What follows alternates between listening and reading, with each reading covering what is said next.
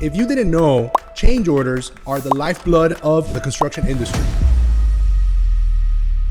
This little known technique is responsible for making millions of dollars, growing your business, and can literally give you tons and tons of contracts and have general contractors begging you to do their work. But I thought we were talking about change orders. We are, but if you don't understand the change order strategy, then it can literally ruin your company, ruin your jobs, and it can make you literally go bankrupt. Well, I'm being a little dramatic here.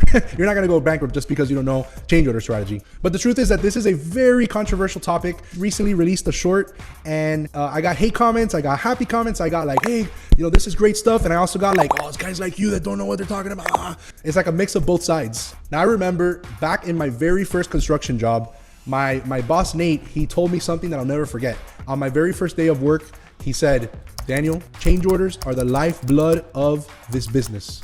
And to be honest, I didn't understand what he meant. I didn't know what a change order was. I was brand new to construction. And little did I know that I was gonna get expertly trained in construction management, where I was gonna surgically start using change orders for our own benefit. So Nate, over the course of that time, taught me how to write a change order, but more importantly, how to negotiate a change order. He taught me a strategy that I'd go on and further develop into what I call strategic change orders. As a matter of fact, I ended up earning a nickname of the teddy bear killer because on the outside, like, I'm normally a nice guy, easygoing, easy to work with. But when it would come to construction management, change orders, contracts, I was a killer. I would literally not take no for an answer. When the GCs would come and question things, when I would submit a change order with all my backup and all my stuff, they couldn't say no. So I was literally a master change order maker. I don't even know if that's a name, but I was.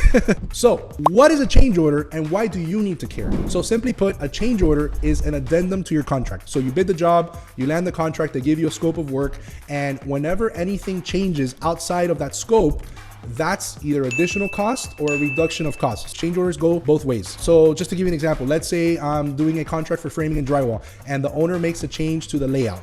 We do the layout, we start putting down the track, we start putting up the studs, and the owner decides to come for a meeting, walks through the job and says, you know what?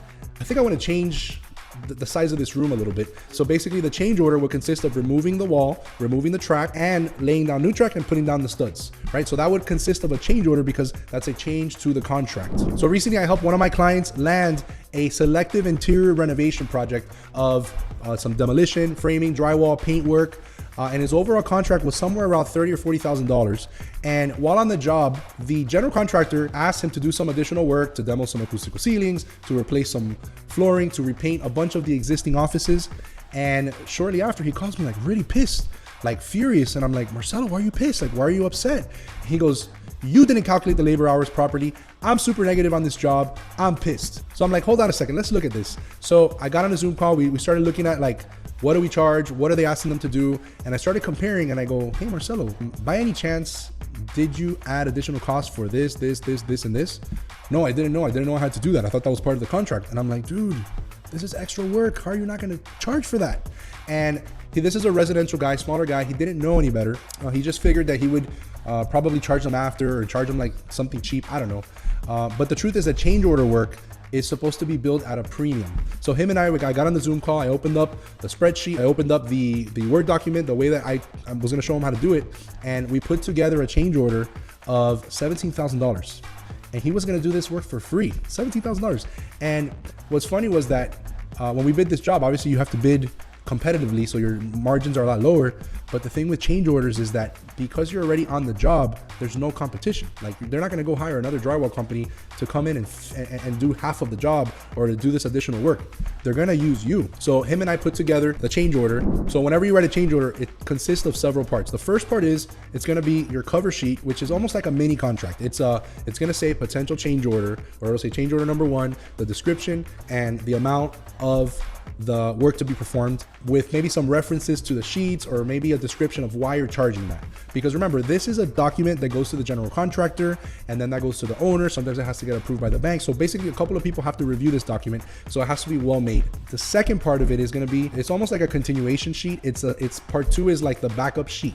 And that's where you're going to break down your labor hours, your materials. That's where you're going to put like how much demo, how many hours, how many days, how many guys for framing, drywall, paint, whatever the change order is. And you're going to prepare that. And then behind that, you're going to attach photos, time and material tickets, email correspondence. You're going to PDF those emails. So you're basically going to put together, I want you to think of it like a legal case. Before you even submit this thing, You want there to be undeniable evidence that you are performing this work. Remember, before, this is before, don't do this after. You're about to perform this work, or you were asked to perform this work. Maybe it's an owner change, maybe there's a revision, maybe an inspector shows up to the job and it starts asking questions and asking you to change drywall because of fire code. Or one time I had an inspector show up and ask for an additional layer because of some mechanical work that was on top for fire protection. Things like that happen all the time, and this is extra work. So you have to document all that. And then when you prepare your case, think of it almost like a legal case. You're gonna submit that to your general contractor.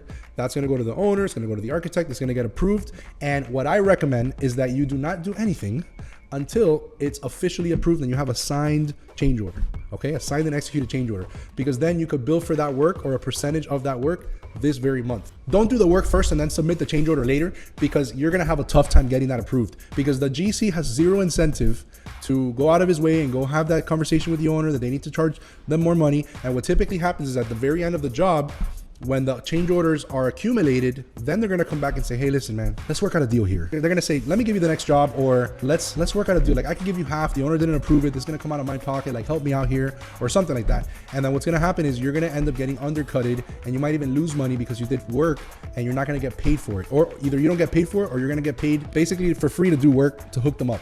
And we're not in the business of giving work for free.